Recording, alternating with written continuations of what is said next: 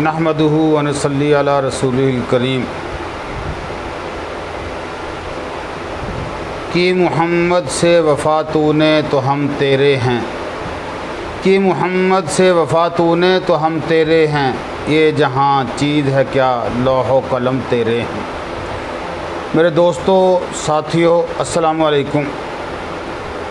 आज बात होगी निस्बत, ताल्लुक़, रिश्ते और नाते पर। ये क्या चीज़ होती है कि बाद मर्तबा ये बड़े बड़े लोगों के पाँव की जंजीर बन जाती है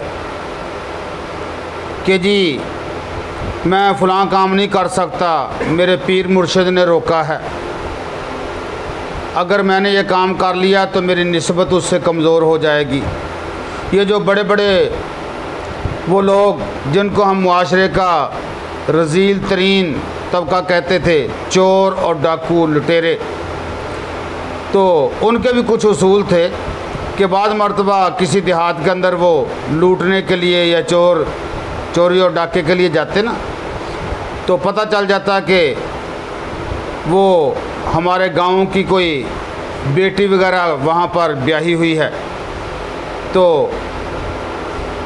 वो भी अपने उसूल को सामने रखते हुए कहते हैं कि नहीं भाई, ये हमारी बेटी का गांव है, यहाँ पर हम चोरी डाके की वारदात नहीं कर सकते, ये हमारी एक निस्बत है उस बेटी से।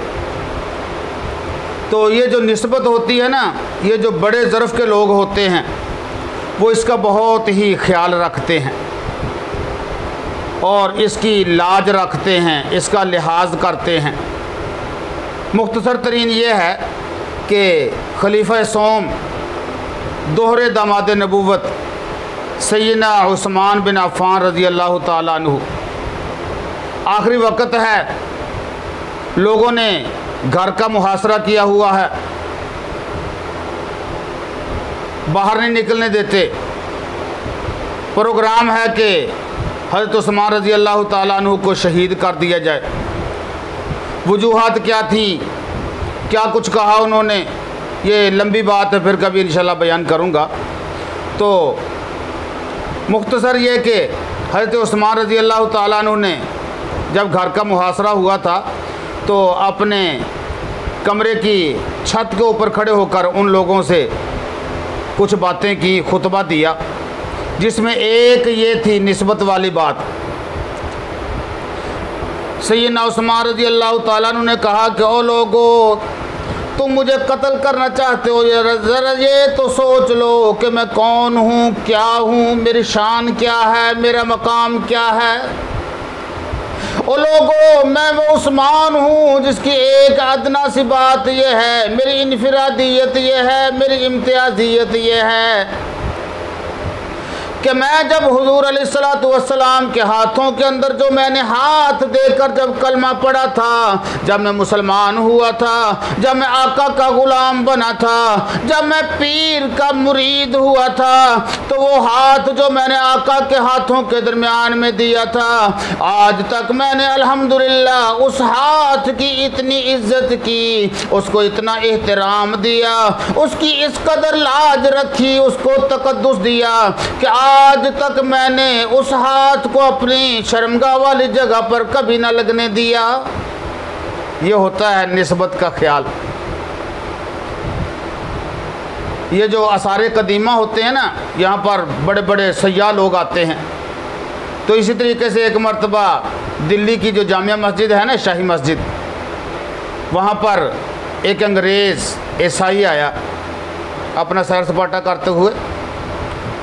तो मस्जिद के अंदर वहाँ पर फिर वो गदागर लोग बैठे हुए होते हैं, फ़कीर मांगने वाले, और ये जो लोग होते हैं ना, इनके अंदर सारे जराइम, जेब कटना और चोरी करना, डाका डालना और दीगर हर किस्म के जो जराइम हैं इनके अंदर मौजूद होते हैं।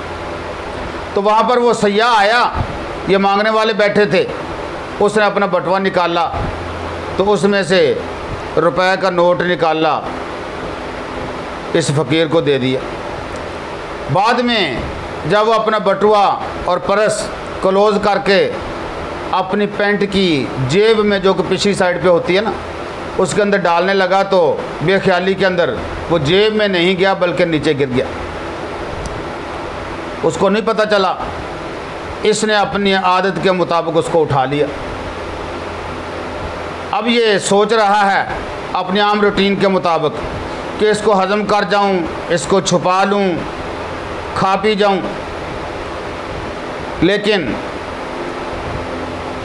अचानक जहन के अंदर एक आवाज़ आई ज़मीर की कि नहीं, तूने सारी उम्र बुराइयां की हैं, सारी उम्र तूने ठगी और फ्रॉड किया है, सारी उम्र तूने वारदातें डाली हैं, लेकिन आज नहीं, आज नहीं। उसने ज़मीर की आवाज़ पर लब्बैक कह के फ़ैसला कर लिया कि ठीक है। दूसरे दिन वो सयाह फिर वापस आया अपना पर्स ढूंढने के लिए। वो आया, उसने आकर पूछा कि भाई कल मेरा पर्स यहाँ पर गुम हो गया था, अगर किसी को मिला हो, मेरे ज़रूरी कागजात हैं उसके अंदर, शनाख्ती कार्ड, पासपोर्ट वगैरह। तो ये आगे बढ़ा, इसने कहा साहब ये मेरे पास मौजूद है, ले लीजिए। उसने चेक किया खोलकर, उसके अंदर डॉलर मौजूद हैं, बहुत बड़ी रकम, उसके कागजात ज़रूरी। उसने देखा कि ये सारी चीज़ें मुकम्मल हैं।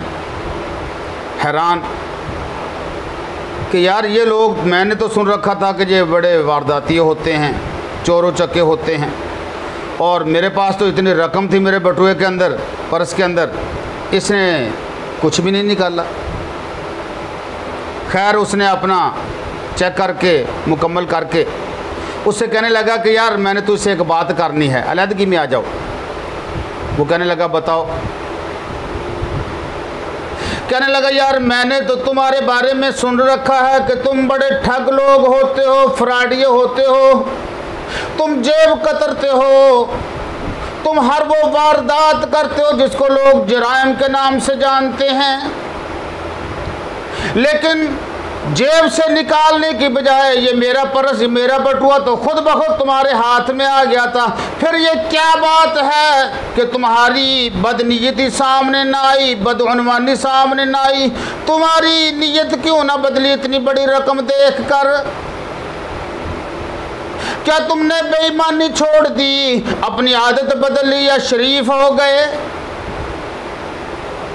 क्या वजह बनी कि तुमने इसमें से कुछ भी ना निकाला?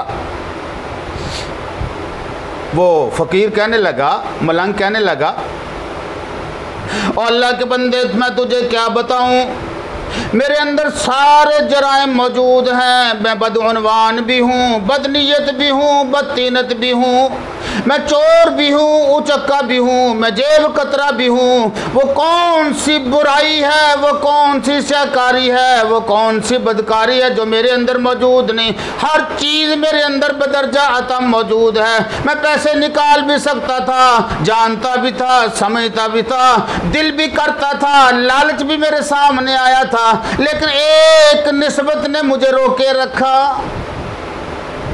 कहने लगा मुझे भी बताओ तो सही वो निस्बत कौन सी है? कहने लगा कि वो निस्बत है मेरे आका करीम सल्लल्लाहु अलैहि वसल्लम से मेरा मोहब्बत का रिश्ता, मेरा प्यार का रिश्ता, मेरा एहतराम का रिश्ता।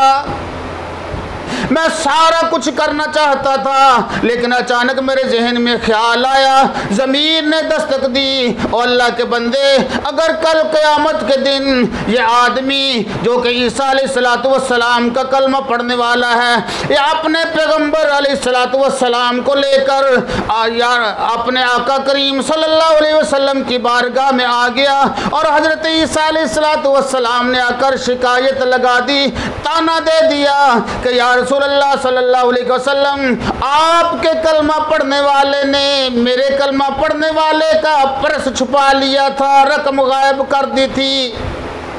अगर ये मामला हो गया तो मेरे नबी करीम सल्लल्लाहु अलैहि वसल्लम को मेरी वजह से शर्मिंदगी का सामना करना पड़ेगा। मैं नहीं चाहता कि कल को मेरी वजह से मेरे नबी मुकर्रम सल्लल्लाहु अलैहि वसल्लम की नज़रें नीची हो जाएं। और अल्लाह के बंदे, मैं सारा कुछ कर सकता हूँ, सारे खसारे बर्दाश्त कर सकता हूँ, सारे घाटे झील सकता हूँ, लेकिन ये जो निस्बत है मैं इसको कमज़ोर होते नहीं देखना चाहता। आका करीम सल्लल्लाहु अलैहि वसल्लम से मेरा जो मोहब्बत का, प्यार का, एहतराम का रिश्ता, मैं कभी भी उसको कमज़ोर नहीं होने दूंगा।